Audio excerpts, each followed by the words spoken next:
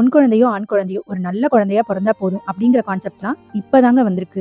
இதுவே ஒரு 10-15 வருஷத்துக்கு முன்னாடி பொன் குழந்தை பிறந்தாலே செலவு தான். அது கல்யாணம் பண்ணிட்டு வேற ஒரு வீட்டுக்கு போற புள்ள. ஆனா ஆம்பளை பிள்ளை பெத்தாதான் நம்மள கடைசி காலத்துல நல்லா பாத்துக்கும். இப்படிதாங்க எங்க ஊர் சைடு எல்லாம் சொல்லுவாங்க. ஃபர்ஸ்ட் எங்க அத்தை பிரெக்னெண்டா இருக்கும்போது 3 குழந்தை இருந்துச்சுங்க, ட்ரிபிள்ஸ். அதுக்கப்புறம் தான் ஒரு குழந்தை ஹார்ட் பீட் கம்மியா இருக்குன்னு சொல்லி அபார்ட் ஆனதுக்கு அப்புறம் ட்வின்ஸ் ஆச்சு. ட்வின்ஸ்னு எல்லாருக்கும் தெரிஞ்ச உடனே எல்லாம் ஒரு குழந்தை பொண்ணு ஒரு குழந்தை பையனா இருக்கணும்னு தான் சொல்லிட்டே இருந்தாங்க. ஆனா அப்ப கூட எங்க அத்தை கண்டிப்பா இது பொன் குழந்தை தான், ரெண்டுமே பொண்ணு தான் எனக்கு பிறக்கும்னு சொல்லி அவங்க அப்பா கிட்ட கூட பெட் கட்டி எங்க அத்தை அந்த பெட்ல ஜெயிக்க வைக்கிறதுக்காகவே பிறந்தவங்க தான் எங்க பிரக்யாவும் பிரண்யாவும். ஃபர்ஸ்ட் இயர் பர்த்டேல இருந்து இப்ப வரையும் பர்த்டே அன்னைக்கெல்லாம் எங்க அத்தை சொல்லுவாங்க, பிரக்யா பிரண்யா 2 பேரும் வளர்ந்ததுக்கு அப்புறம் இந்த ஃபர்ஸ்ட் இயர் செகண்ட் இயர் இத்தனை வருஷம் பர்த்டேஸையும் இந்த மாதிரி நம்ம போட்டோ ஷூட்ஸா பண்ணி வச்சிருக்கிறத பார்த்து ரொம்ப சந்தோஷப்படுவாங்கல்ல.